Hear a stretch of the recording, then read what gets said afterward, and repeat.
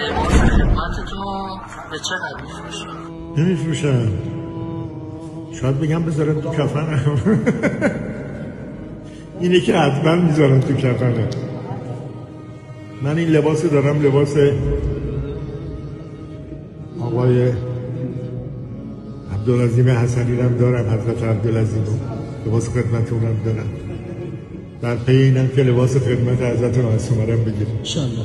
اگر برم محفل، این منو ببره محفل، لباس خدمت کربلای ابوالفضل عباس رو هم خواهم گرفت. رسالت یا یه چیزی پرسید از من راجع به لباس، گفتم من اگه ببرم به برنامه محفل لباس خدمت حرم حضرت ابوالفضل از حسنین میگیرم